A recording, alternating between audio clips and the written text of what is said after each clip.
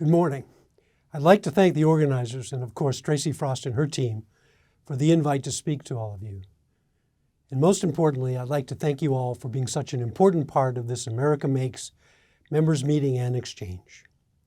I'm disappointed I couldn't be there with you today in person to celebrate 11 years of America Makes, the first Manufacturing Innovation Institute launched by the Department of Defense. I saw you have a great program, so I'll try to make my remarks short so you can get down to business. Since its inception 11 years ago, America Makes has worked closely with DoD in support of our strategy for advanced manufacturing, specifically increasing economic and national security, maturing manufacturing processes, building out supporting ecosystem, and providing manufacturing education and workforce development.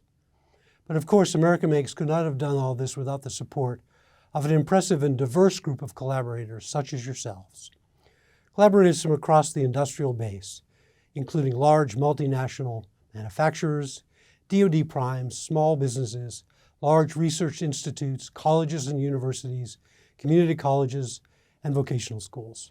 Hopefully I haven't left anyone out. Thank you all for being the backbone of this public-private partnership. I'm not sure how I was introduced, so let me say a bit about myself. I have over 50 years of supporting defense research and development, including a very large, exciting stint at DARPA, where I helped launch integrated computational materials engineering. So I really understand the difficulty of moving things into practice. I'm currently performing the duties of the Assistant Secretary of Defense for Science and Technology.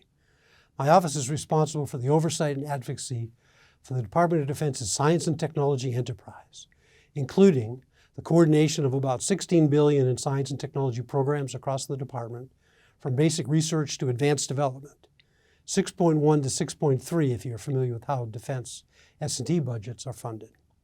We also provide oversight for the S&T workforce and laboratory infrastructure. Other areas of responsibility include small business innovation research projects, small business technology transfer programs, federally funded research and development centers, FFRDCs, and university-affiliated research centers, UARCs. We have the responsibility for several emerging technologies, including quantum and biotechnology, and also an area that is becoming increasingly important, technology program protection. And last but not least, we are responsible for DoD's extensive manufacturing technology program, including our partnerships with the 9 DoD Manufacturing Innovation Institutes. Each of these elements is critical to enabling DoD's research and development enterprise to create far-reaching technology innovations and set them on a trajectory to create technical advantage for our military. But what I'd like to focus on today is the role of advanced manufacturing in enabling defense capabilities that ultimately provide the deterrence to prevent engagement and the ability to persevere if we have to engage. I'm a strong believer in the value of advanced manufacturing for defense, gained from my many years in defense research and development. As an aside, I was at DARPA during the early days of additive manufacturing, called by other names then, including solid freeform. I would marvel at the complex shapes that can be made, mostly out of plastic. I marvel today at how far we have come. But more importantly, my sentiment is shared by my boss, Honorable Heidi Shyu, the Undersecretary of Defense for Research and Engineering. Ms. Shyu just recently published the National Defense Science and Technology Strategy, designed to complement the National Defense Strategy.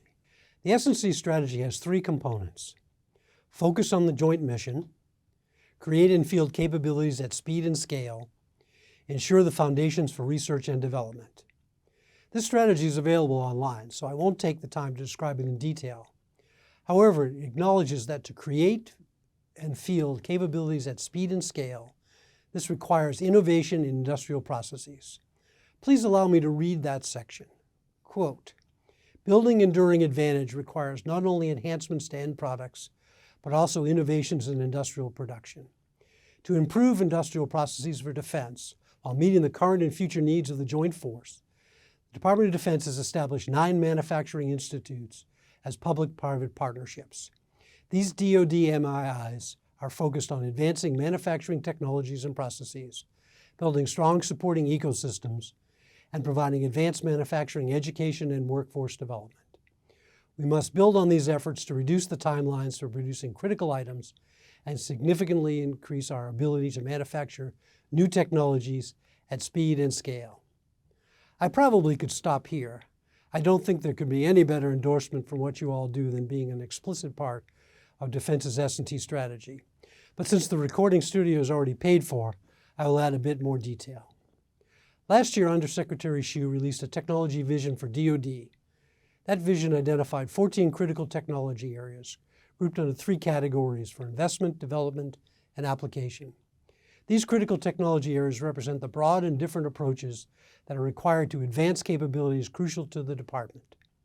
By focusing efforts and investments into these 14 technology areas, the department will accelerate the transition of key capabilities to the military services and the combatant commands. I won't list out the technologies. They're also available online. What I can say is not one of these critical technologies will succeed without advances in manufacturing. Very simply, if you cannot make it, you cannot have it. I really should amend that. If you cannot make it affordably, you cannot have it. Additive manufacturing in particular touches many of these critical technology areas, including advanced materials, hypersonics, space technology, renewable energy generation and storage, directed energy, and microelectronics. America Makes groundbreaking work helps advance DoD's need for new materials and novel manufacturing techniques to dramatically improve many of these departments' capabilities. In the remainder of my talk, I'd like to discuss our strategy and related efforts in manufacturing, and most importantly, how you can be involved, because as I said at the outset, your involvement is critical. As I'm sure you all know, Defense Advanced Manufacturing Technology Research and Development is primarily executed through the DoD Manufacturing Technology Program. DoD ManTech was created in 1956 to further national security objectives through the development and application of advanced manufacturing technologies and processes, a substantial mission. In 2012, DoD ManTech launched America Makes to help improve DoD's ability to engage with innovators and influencers in industry, academia, nonprofits, state and local governments. 8 other DoD MIs have followed, as well as several in other agencies, representing a whole-of-government effort to strengthen our nation's manufacturing capabilities. Specifically, America Makes has executed about $142 million across a portfolio of 58 active DoD projects since its inception. That includes everything from supporting our mission-essential weapon systems to improving supply chain and process readiness for the military services, and by extension, ensuring our warfighter capability. There's a close relationship between America Makes and DoD's Joint Additive Manufacturing Working Group, or as it's affectionately known as JAMWIG. JAMWIG is a group that facilitates collaboration across 20 principals from the military services and defense agencies and an extended community of over 200 additive manufacturing professionals. This relationship ensures our additive manufacturing strategy, which I will describe shortly, aligns with key national security challenges and priorities. America Makes also has a robust education and workforce development program that helps to ensure the nation is prepared to support the present and future needs of the warfighter.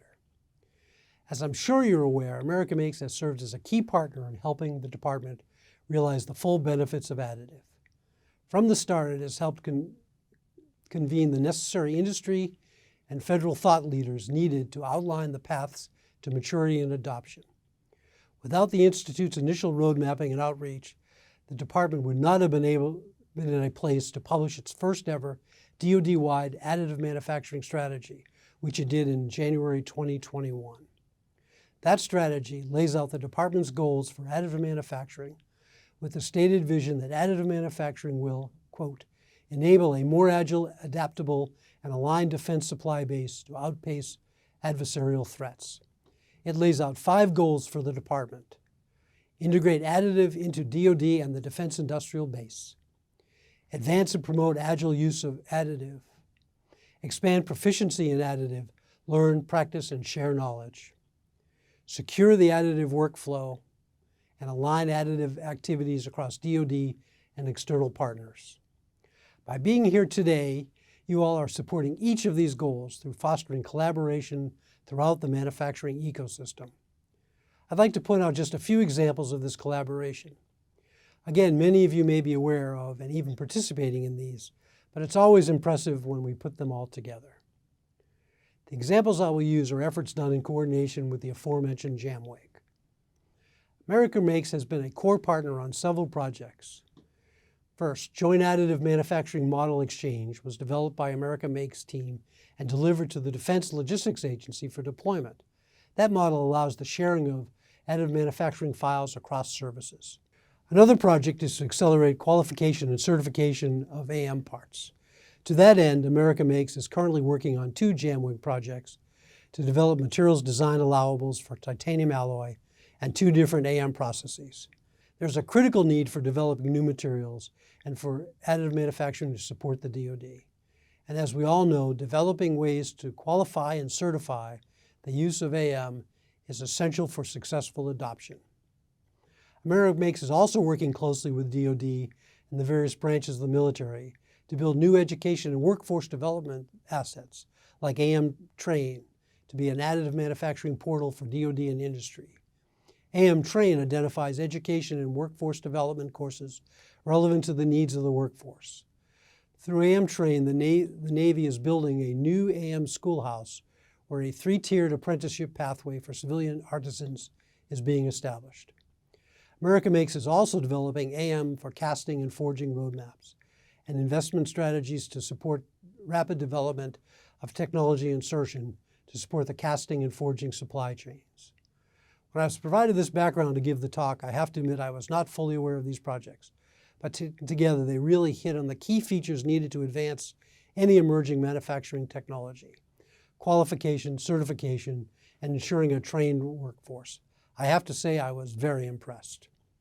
In addition, since 2016, America Makes has partnered with DoD to host an annual AM workshop. The 2023 AM workshop, held in July, was a war game examining the role of additive in contested logistics. As noted in the National Defense Strategy, the Department will act urgently to better support advanced manufacturing processes, i.e. aircraft and shipbuilding, preferred munition production, to increase our ability to reconstitute the joint force in a major conflict. The AM workshop brought together America Makes members with DoD personnel for the war game, in which additive manufacturing was shown to be an important tool as part of a robust set of manufacturing processes enabled by the digital thread. Industrial AM capabilities on the factory floor and the home front enable response for the supply chain, while portable AM capabilities can support the warfighter at the point of need. DoD is taking the AM workshop outputs and using them to update the DoD Advanced Manufacturing Crisis Response Playbook and developing actionable and timely next steps toward policy, process, and approach. I hope I have made it quite clear that America Makes is a vital partner to the DoD's strategic development and implementation of additive manufacturing across the department. But the value of America Makes goes far beyond DoD. America Makes has been part of a whole-of-government effort to partner with industry and academia to accelerate adoption of additive manufacturing. The AM Forward initiative announced by President Biden last year, for instance, is a complementary focused activity to foster additive manufacturing implementation by smaller manufacturers. I'd like to end by congratulating America Makes on another great year. Thank you to America Makes, the Institute's government program management staff, and you all for your continued work to advance DoD's critical technology areas. Through your existing membership and engagement with America Makes, your organizations are making a significant contribution to the success of achieving our advanced manufacturing strategy. Your organization's continued participation in project calls, information exchanges, member meetings, and workforce programs helps the department and the nation realize our critical technology needs.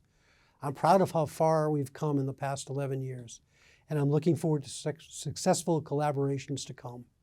Have a great members meeting, and I look forward to seeing all that we've accomplished together. This is when I should be taking questions, but obviously I'll have to leave them to the Mantech team. So let me just close with another thanks to the organizers and the DoD Mantech team, and of course to all of you for helping us succeed. Have a great meeting.